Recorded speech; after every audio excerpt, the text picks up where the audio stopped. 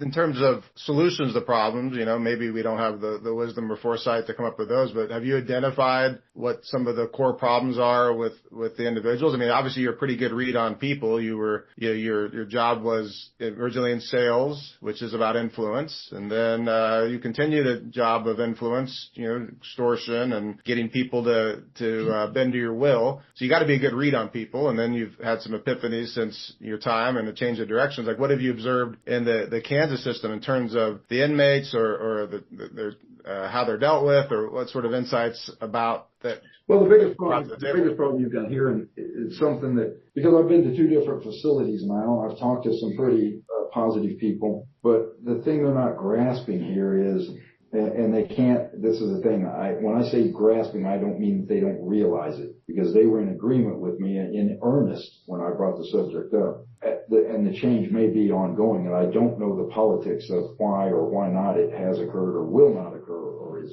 going to occur. Those decisions are made and not shared with me by people who sit in office that make a lot more money than me. So I'm kind of definitely on the outs looking in there, but they can't truly offer anybody a lifestyle change. At the end of the day, people are be it however small or however big, we have selfish interests. I mean, we want certain lifestyle things. And that doesn't matter whether you're a street thug or you're a corporate boss. At the end of the day, there's certain lifestyle that you want out of life. And that's not a bad thing. I mean, everybody wants a better life for themselves and the people around them. I mean, that's personal ethnocentrism and ambition at its core. It's a better life.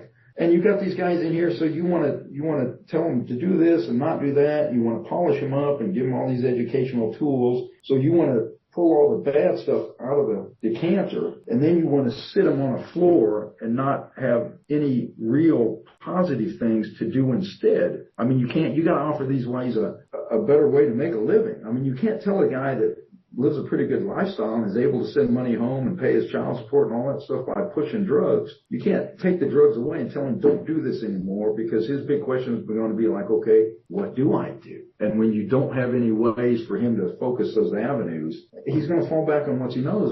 That's anybody. I mean, that'd be like telling somebody coming to you, Mike, there's been some sort of awareness explosion that attorneys now are not good people. We need to do without them. As a matter of fact, the Trump administration has shut down all bar programs throughout the state. We're trying to pull all licenses. You've got to find something better to do than be an attorney. And you're like, okay, I'm open for suggestions. What do I do? And they're like, we don't know. Just sit there and figure out a way to pay your bills and watch everybody around you go broke and your kids not be able to afford tuition as they go into college.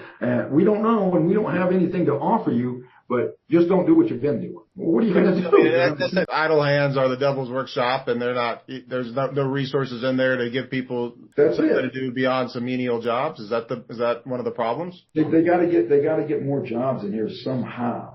I mean, if you truly want to affect the change, most people I know, and once again, the operative word here in prison is most. Most guys that have been around the system, and they are truly tired of it. But what the fuck else do I do? It's all I know. If you can't offer him a better, you can't pull a guy's teeth and then offer him beef jerky. I mean, you have to offer him an alternative. Once you tell him they're doing is bad, you have to offer them the thing that is good. You can't just create a vacuum. You can't. So I don't know, but that's it. And like I said, that branches out into a whole different avenue. Okay, smart guy, since you're such a freaking expert at it, you tell us what we should do. And that's the problem. Nobody likes to be told they're wrong, so now it becomes a combative issue. The administration thinks you're attacking their methods.